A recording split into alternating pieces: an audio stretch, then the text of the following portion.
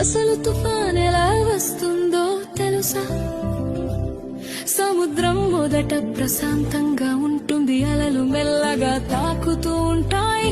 కానీ సూర్యుడు బాగా వేడెక్కితే సముద్రపు నీరు కూడా వేడిగా మారుతుంది. ఆ వేడి నీటి మీద ఉన్న గాలి కూడా వేడి అవుతుంది, పైకి ఎగురుతుంది. గాలి పైకి ఎగినప్పుడు కింద ఖాళీ అవుతుంది.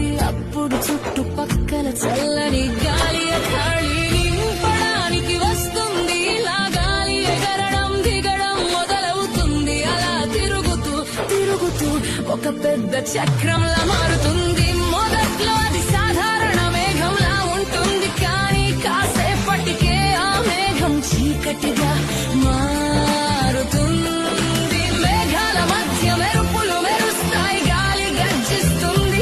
సముద్రం మీద గాలి వేగం 60-80-100 కిలోమీటర్లు పెరుగుతుంది. అదే ఆ క్షణం తుఫాన్ ఏర్పడుతుంది.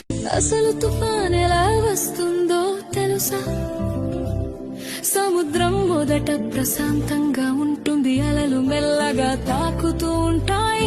కానీ సూర్యుడు బాగా వేడెక్కితే సముద్రపు నీరు కూడా వేడిగా మారుతుంది. ఆ వేడి నీటి మీద ఉన్న గాలి కూడా వేడి అవుతుంది, పైకి ఎగురుతుంది. గాలి పైకి ఎగినప్పుడు కింద ఖాళీ అవుతుంది. అప్పుడు చుట్టుపక్కల చల్లని గాలి ఖాళీ నింపడానికి వస్తుంది. ఇలా గాలి ఎగరడం దిగడం మొదలవుతుంది. అలా తిరుగుతూ తిరుగుతూ ఒక పెద్ద చక్రంలా మారుతుంది. మొదట్లో అది సాధారణ మేఘంలా ఉంటుంది, కానీ కాసేపటికే ఆ మేఘం చీకటిగా